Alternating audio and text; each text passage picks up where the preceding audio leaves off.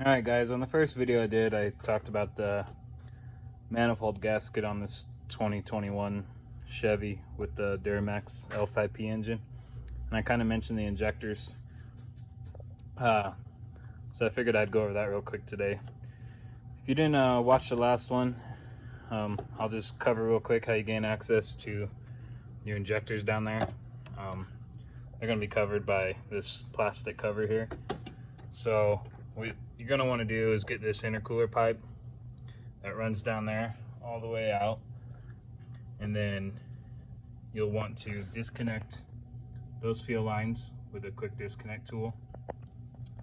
And then there'll be a sensor on top of this cover where those two brass inserts are. Unbolt that sensor, unplug it, pull it out of your way, get the 4 or 5 bolts on here, and then this will kind of just pull up and out of the way. And then you'll be kind of looking at this situation right here, and then we'll go down to the side here and show you what it looks like. So down here, you'll have some more stuff in your way. These harnesses will be sitting up here. There's an L bracket. It sits kind of like this. You're going to want to pull these tabs out of the harness, or out of the bracket, pull this harness down, unplug it, and then you can get it down below the shock tower. And then you'll be looking at about the exact same setup we have here. And then you'll want to loosen the nut off of that stud back there that holds these fuel lines that you just connected at the top.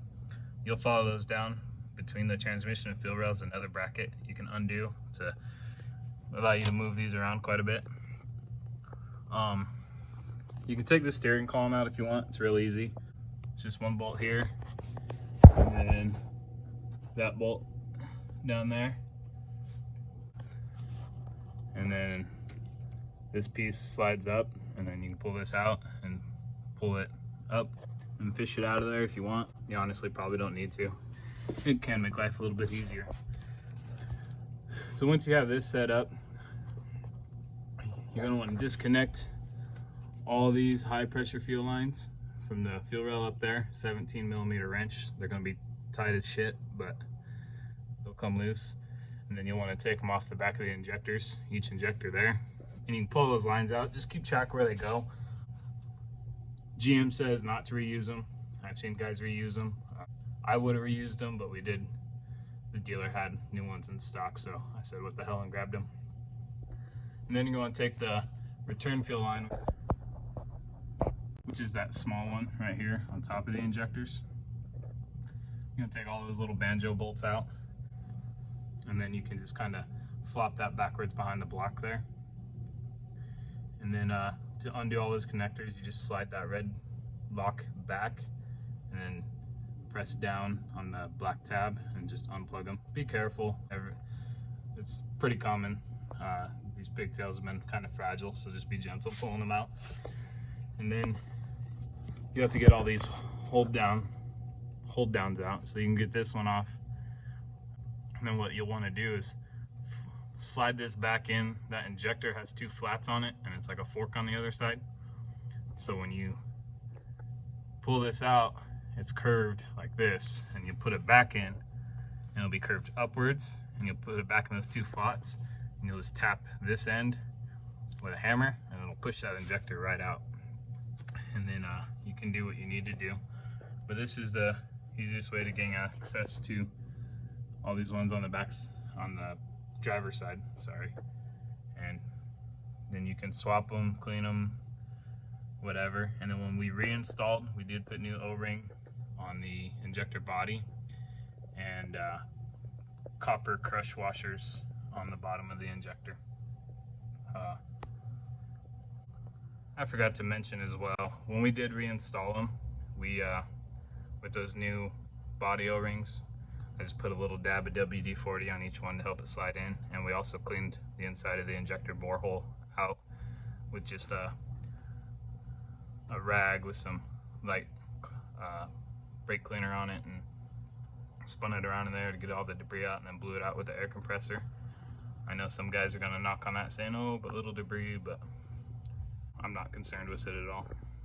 I think it turned out great, and they went right back in really easy, and then just Put it all back together the same way you took it apart. So on this side, one of the first things you're going to want to do is take the heat shielding off all this EGR piping. Pretty simple to get that one off. Then there's going to be one on a piece of pipe that runs straight down to the manifold. That one's fairly easy to get to the bolts. It takes a little finessing to get the heat shield out, but you're going to want to do that. And then down here, same thing, get this fender liner out of your way. And then this one actually only has a small plastic cover on it, which it'll be covering this back half here, which you can get out of the way pretty easily. And that little foam piece tucks up on that, kind of up the front up here a little bit. And then the trick here is getting that pipe that comes from the manifold up to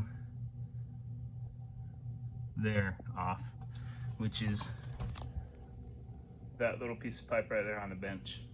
It's not too bad. You just got to go from the side and the top to get all the bolts loose and then get it out of your way. And then you'll be looking at this situation. Same thing, you're going to want to remove all these high pressure fuel lines from the fuel rail and the injector body itself on all four. And then to get the injectors out, you're going to want to move, you can see I still have it sitting up there, the return line that sits on the top, screws in all these little ports. Move all those bolts and just kind of get it up out of your way. And then unplug everything from the injectors, and then same thing, you're just going to loosen up that hold down clamp right here, and then you're going to flip it over, tap it to get it out. Now the tricky ones are these front two. See if we can kind of get a good view of them here. So this one, you have to get creative on getting up in here to get to that hold down bolt with a couple of extensions and a wobbly. That's the back. So these ones you probably won't be able to flip those hold downs over and you use them to wedge it out. In my case, I was lucky enough to be able to just twist them a bit and they kind of pulled out real easy. So that injector is not too hard, but this very number one cylinder, it's a lot harder. You can see the end of the hold down, and let's see if I can get up in there. There's the injector itself. So you're gonna want to unplug everything, and then same thing, just kind of twist it back and forth gently, pull up on it, and it should come out. If it doesn't, what I ended up doing is I was able to get a small little pry bar under the hold down. So when you get the bolt out, that hold down will move, and then I kind of got a pry bar in between here and there and just pried this way and just worked it until it popped up and out.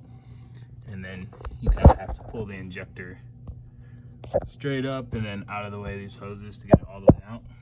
But I just wanted to show how I was able to do that with the EGR still intact, because I really only seen one other video, and like I said, his truck had already been went on a diet plan and didn't have some of this stuff in the way.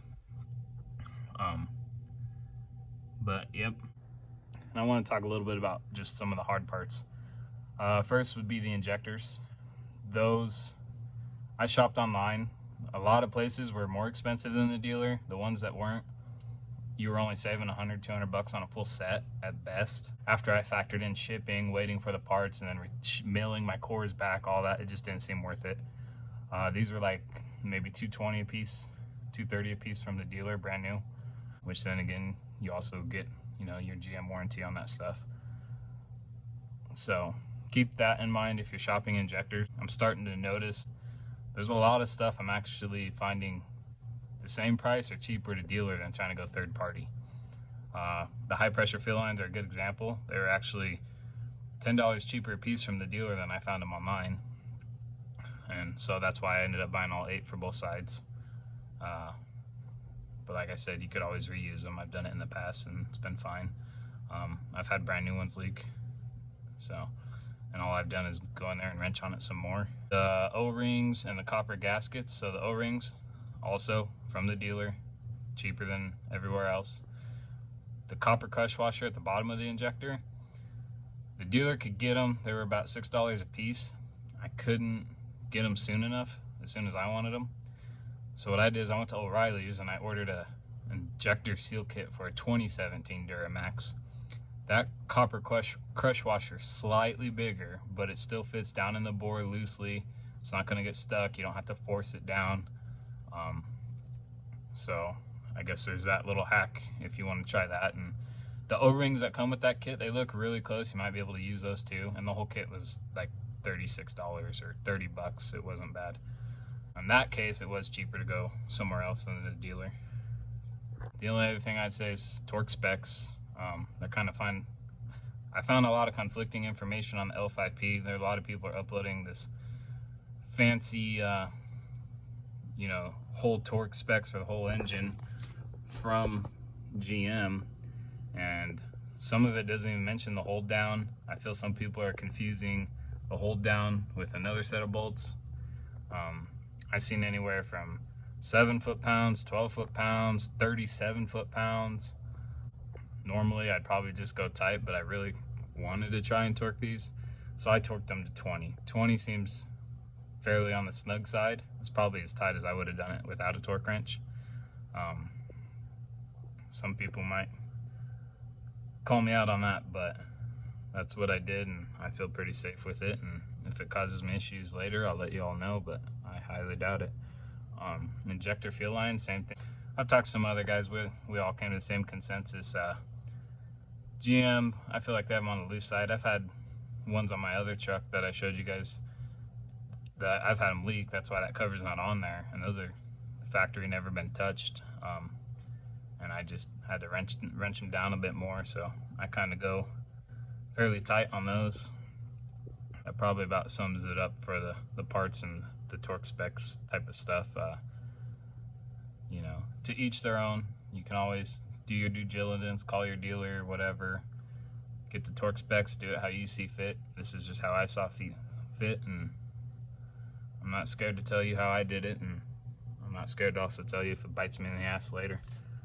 So there's that tidbit of information for you guys.